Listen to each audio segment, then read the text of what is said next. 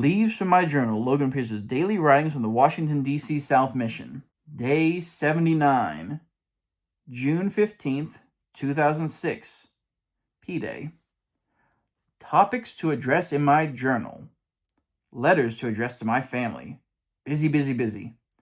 Let's start with Elder C.H. Elder C.H. is back in our zone this transfer. His reputation precedes him. He was Elder B.U.'s companion here in Herndon before I came.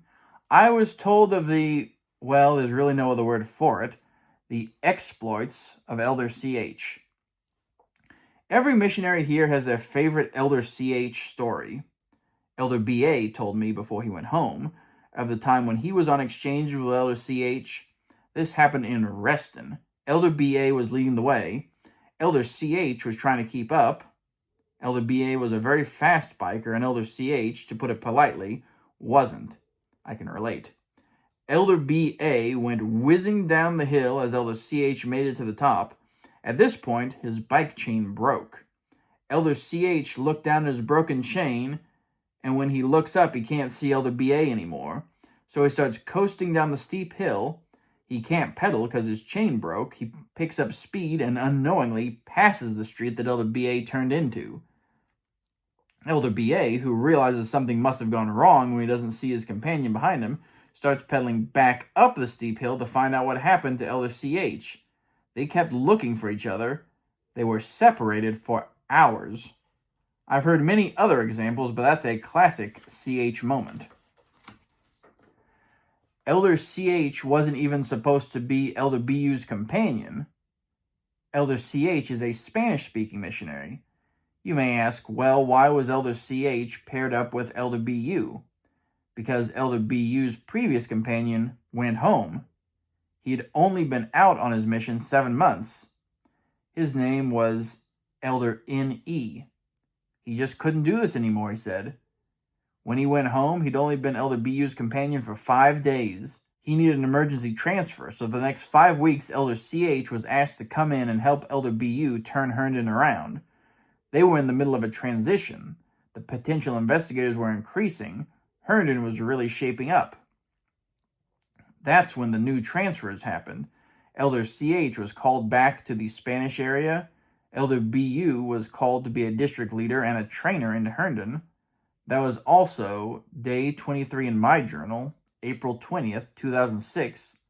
And the rest, as I say, is history. We went to visit Sister B.L. tonight. It wasn't planned. We were just kind of brought there. When we arrived, there were a lot of cars parked out front. Are the Blurs having another party, I wondered? KB, Sister B.L.'s daughter, had her 17th birthday party on the 10th. Elder D.A. and I went there for a little while. All of KB's friends there weren't members. One of her friend's older brothers had been converted about a year ago, so we thought we'd let her see the missionaries, maybe light a spark. When we were invited in tonight, we knew it wasn't a party. Sister B.L.'s mom had died earlier that morning.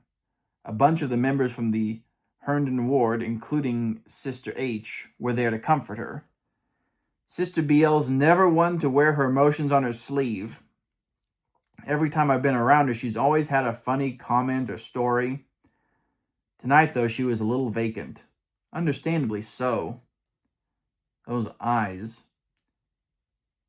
reminded me of the eyes my mom had when she lost her parents. It's not the crying, it's that look that comes after the tears, after you're all cried out, when the grief really sets in. That look. It's a tough thing to deal with, but thanks to the message of the restored gospel, she knows that her mother's no longer in pain. She wants to do baptisms for the dead for her mother in a year. The church is true. Her husband, Mr. B.L., isn't a member. He isn't opposed to the church. He just doesn't care for religion right now. We'll have to keep working with him. I'm glad we were able to visit the BLs today. I know it meant a lot to her that we stopped in to check on her. She'll bounce back. It'll just take some time. On the way home, we talked about Sister BL's husband. The member who was our exchange that night said, "You know, a lot of men can't understand why you boys do what you do. I don't care what religion you are, you notice when someone really lives what they believe. To find someone your age who has this strong a relationship with God is really rare."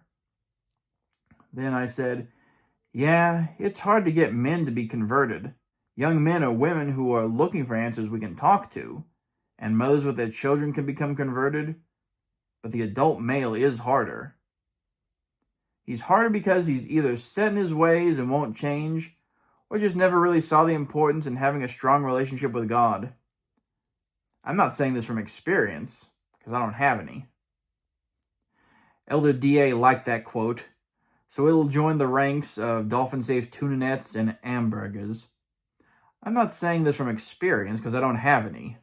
Well, good night, and thank you for listening to Leaves from My Journal. I'll be back with more entries later, so be sure to like and subscribe, and I'll catch you next time.